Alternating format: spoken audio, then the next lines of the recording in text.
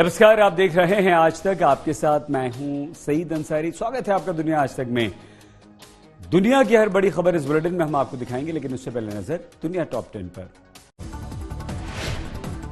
America ने भारत और Japan को त्रिपक्षीय सुरक्षा साझेदारी में शामिल करने की बात को नकारा। इंडो पैसिफिक क्षेत्र में सुरक्षा का हवाला देते हुए अमेरिका, ऑस्ट्रेलिया और ब्रिटेन के बीच हुई त्रिपक्षीय सुरक्षा साझेदारी।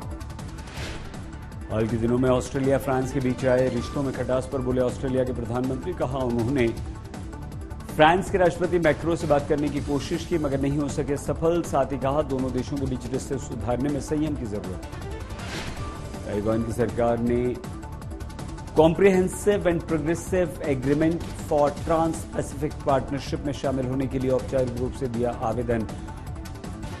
11 देश इसमें शामिल हैं। संगठन में शामिल देशों के बीच व्यापार से जुड़ी परेशानियों को किया जाता है कम। चीन ने ताइवान के फैसले का किया है विरोध। तालिबान ने संयुक्त राष्ट्र में अफगानी राजदूत की मौजूदगी को बताया गलत। कहा उसे संयुक्त राष्ट्र में मंच पर अपनी बात रखने की मिले आजादी। 27 सितंबर को संयुक्त राष्ट्र महासभा में दिया गया है अफगानिस्तान को बोलने का समय। पोप फ्रांसिस ने अफगानिस्तान से बचकर भागे हुए ईसाई समुदाय के लोगों से मुलाकात की। पोप फ्रांसिस शरणार्थियों, प्रवासी लोगों के मौलिक अधिकारों के बड़े समर्थक हैं। बोइंग बनाएगा ऑस्ट्रेलिया के लिए विशेष किस्म का मिलिट्री ड्रोन। क्वींसलैंड राज्य में होगी ड्रोन्स की असेंबली। बोइंग ने इसकी घोषणा अमेरिका, ऑस्ट्रेलिया और ब्रिटेन के राष्ट्राध्यक्षों से मुलाकात के बाद की। कोरोना की बाढ़ झेल चुके स्पेन की अर्थव्यवस्था पर पड़ी महंगाई की मार। बिजली और प्राकृतिक गैस की कीमतों में बढ़ोतरी से छोटे उद्योगों पर नुकसान का खतरा। आम लोगों के बिजली बिल में भी जबरदस्त बढ़ोतरी। न्यूजीलैंड के सबसे बड़े शहर ऑकलैंड में सख्त किए गए प्रतिबंध। कैफे, रेस्टोरेंट को टेक अवे ऑर्डर्स के लिए खोलने की दी गई सिर्फ छूट। अगले 2 हफ्तों तक सख्त लॉकडाउन रहेगा। दक्षिण सीरिया के शहर दारा में घुसे सीरियाई सुरक्षा बल। सीरियाई सैनिकों ने यह कदम उस वक्त उठाया जब 2 हफ्तों पहले विद्रोहियों के कब्जे वाले हिस्से पर सैनिकों ने किया था कब्जा। मंच पर गाने के लिए दौरान प्रसिद्ध लेबनानी गायिका मजीदा एल रूमी बेहोश हो गई। हजारों लोगों की भीड़ के बीच गा रही थी रूमी। स्टेज पर लोगों ने उन्हें सहारा दिया। रूस की नौसेना ने बैस्टियन मिसाइल रक्षा प्रणाली से एक के बाद एक कई मिसाइल्स का परीक्षण किया। काला सागर को लक्ष्य बनाकर रूसी सेना ने क्रीमिया के तट से इन मिसाइल परीक्षणों के जरिए अपनी शक्ति की नुमाइश की। ये सब तब हो रहा है जब यूक्रेन, अमेरिका और नाटो सैनिकों के साथ सैन्य अभ्यास में हिस्सा ले रहा है, जो 1 अक्टूबर तक चलने वाला है। जबकि रूस इसी महीने की शुरुआत में पड़ोसी बेलारूस के साथ आर्मी ड्रिल में शामिल हुआ था, जिसने पश्चिमी देशों की चिंता बढ़ा दी थी। स्पेन के ला पाल्मा द्वीप पर ज्वालामुखी विस्फोट का कहर थमने का नाम ही नहीं ले रहा। अब तक 190 घरों को निशाना बना चुका है ज्वालामुखी विस्फोट। अब भी जारी है। गुरुवार सुबह से ही लावा भयानक निकल रहा है। सैकड़ों फीट ऊपर तक लावे का फव्वारा दिखाई दे रहा है। वहीं हजारों फीट ऊपर तक ज्वालामुखी से निकलने वाला धुआं भी आसमान को अपनी आगोश में लेता दिखाई दे रहा है। अब तेजी से ज्यादा आबादी वाले तटों और अटलांटिक महासागर की तरफ ये बढ़ रहा है, जो नई समस्या पैदा कर सकता है। जबकि पहले करीब 6000 लोगों को यहां से निकाला जा चुका है। वैज्ञानिकों का कहना है कि लावे का प्रवाह कई हफ्तों या महीनों तक जारी रह सकता है।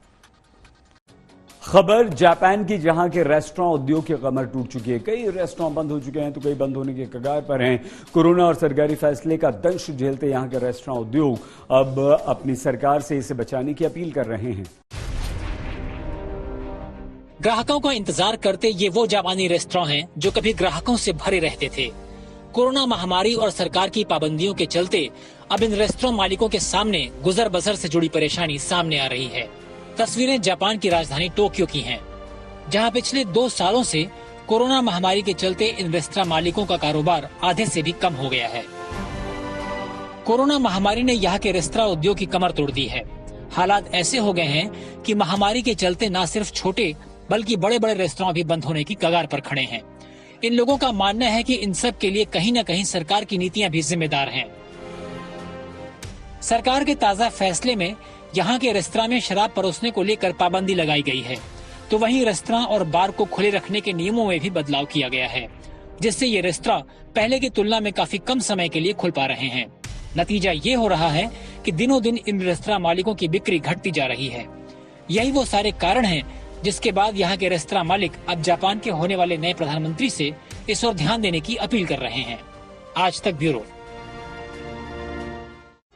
अफगानिस्तान में संगीत की धुन की जगह अब गोलियों की आवाज सुनाई दे रही है। कभी जिस अफगानिस्तान में संगीतकार खुलेआम रियाज किया करते थे, अब वहीं ये संगीतकार अपनी जान के डर को लेकर चिंतित हैं।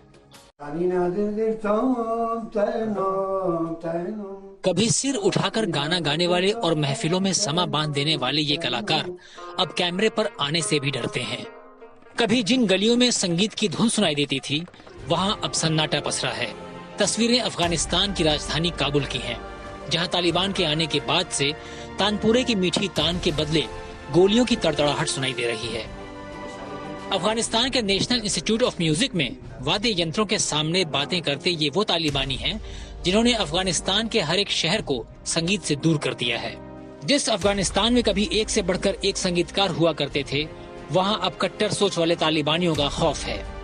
दरअसल अफगानिस्तान में तालिबान के आने के बाद से ही संगीतकार अपनी जान बचाते फिर रहे हैं। तस्वीरों में देख सकते हैं कि कैसे चेहरा नहीं दिखाने की शर्त पर ये फनकार डरते हुए इन वाद्य यंत्रों को बनाने के लिए राजी हुए। तालिबानियों को संगीत से किस कदर नफरत है, ये उनके बयान से समझा जा सकता है।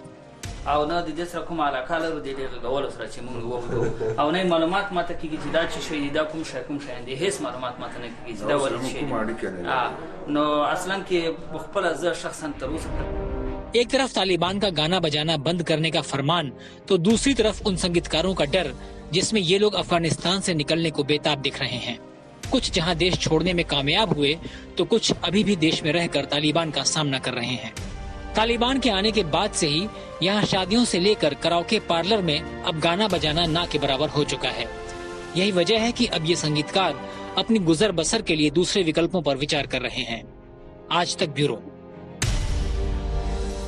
खबर नॉर्थ कोरिया की, जहां लगातार गिरती अर्थव्यवस्था को थोड़ी सी राहत मिली। तस्वीर नॉर्थ कोरिया की उस फैक्ट्री की हम दिखा रहे हैं जहां खिलाड़ियों के पोशाक बनाने का काम चल रहा है। कभी हर चीज पर चीन और दूसरे देशों पर निर्भर रहने वाले नॉर्थ कोरिया से इस तरह की तस्वीरें आना निश्चित तौर पर एक अच्छी बात है। तस्वीरों में बड़ी संख्या में महिलाएं जिम्नास्टिक खिलाड़ियों की पोशाक बना रही हैं। वही पोशाक है जिसे पहनकर ये खिलाड़ी ओलंपिक जैसे बड़े खेलों में हिस्सा लेते हैं। नॉर्थ कोरिया एक ऐसा देश है जहां भुखमरी और बेरोजगारी अपने चरम पर है। फ्रांस की एक बुजुर्ग महिला ने आंख की रोशनी गंवाने से पहले अपनी वो इच्छा पूरी कर ली जो उनके लिए एक सपने की तरह थी। वो ख्वाहिश थी परिंदों के साथ उड़ान भरना। आप भी देखिए कैसे इन्होंने अपनी इच्छा पूरी की। पंछी बनूं, उड़ती फिरूं मस्त गगन में, ऐसी ही एक ख्वाहिश को हकीकत में बदल रही हैं बुजुर्ग नथाली मेनिग्लियर। इन पलों को, इन नजारों को अपनी आंखों की रोशनी गंवाने से पहले वो हमेशा के लिए संजो लेना चाहती हैं। यूरोप की सबसे ऊंची एल्प्स की पहाड़ियों पर जब नथाली मेनिग्लियर ने पायलट डोमिनिक क्रुशियानी के साथ उड़ान भरी, तो उन्हें इस बात का बिल्कुल भी अंदाजा नहीं था कि जमीन से हजारों मीटर ऊपर ये परिंदे उनका कुछ इस तरह से स्वागत करेंगे। हंसों के झुंड ने नथाली मेनिग्लियर के साथ काफी दूर तक हवा में उड़ान भरी, जिसका नथाली ने भी जमकर लुत्फ उठाया। दरअसल नथाली मेनिग्लियर की आंखें बचपन से ही खराब थीं और डॉक्टरों के मुताबिक अब जल्द ही वो अपनी आंखों की रोशनी गंवा देंगी। लेकिन नथाली इससे पहले इन पक्षियों के साथ उड़ान भरना चाहती थी और इनकी एक ख्वाहिश माइक्रोलाइट एयरक्राफ्ट के पायलट डोमिनिकी क्रुशियानी ने पूरी कर दी। डोमिनिकी की कंपनी डेल्टा एविएशन कुछ यूरो चार्ज कर इस तरह की सुविधाएं देती है। नथाली मेनिग्लियर अपने सपने को पूरा कर बेहद खुश हैं। शायद इस उड़ान की यादें उनके मन को हमेशा रोशन रखेंगी। आज तक ब्यूरो।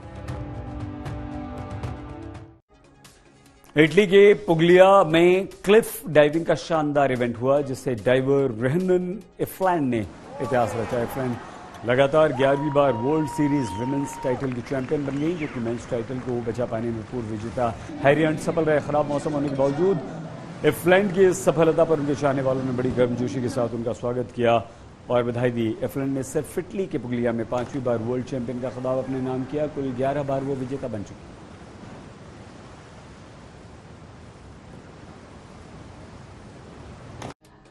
दुनिया आज तक में आज के लिए बस इतना ही।